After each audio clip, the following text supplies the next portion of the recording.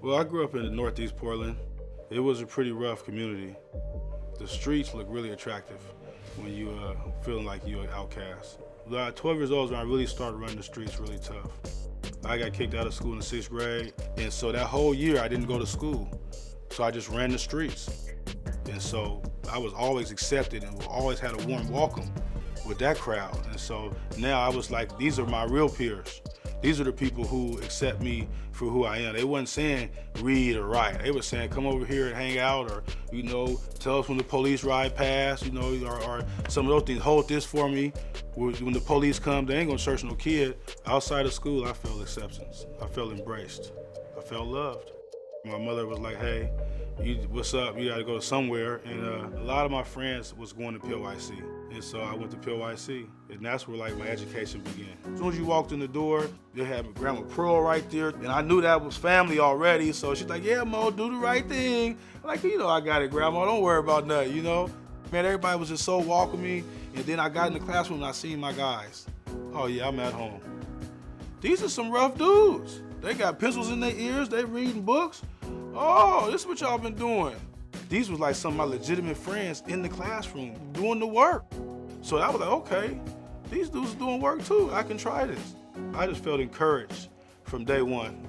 Immediately I can tell that this was a different structure as far as the teachers go. They always met me at where I was at. That was very important. They never put something on me that was too hard that I couldn't understand it. And one thing about POIC that I think is very important was the one-on-one teaching that I was able to receive.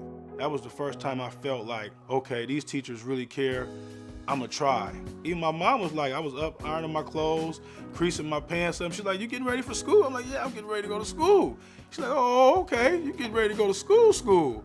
I've been kicked out of every school that I've been to, every single one, besides POIC. After POIC, I got into some trouble, ended up going to jail. I had an opportunity to really get into the books. Now I can read and write, and I was able to educate myself, and I got my GED. I'd have never been able to get it without going to POIC. Rosemary Anderson, her love was unconditional. If you go to Rosemary High School, that's one thing you will receive is a lot of unconditional love from a lot of soldiers of love. When people were saying throw them away, let them run the streets, she was going, no, send them over here, and we're gonna show you what love could do. If you know Joe McPherson, then you know he got 3 things that you can do that can improve your today. Number 1, you have to be present. And that means getting here and getting here on time. Number 2, you have to participate. No matter what your level is, if you got the wrong answer, that's fine. At least the teacher know what to come and help you with. And he said the 3rd thing is you got to believe in yourself. And that stuff, man, I tell my kids that. Those 3 things, they can recite those things to you.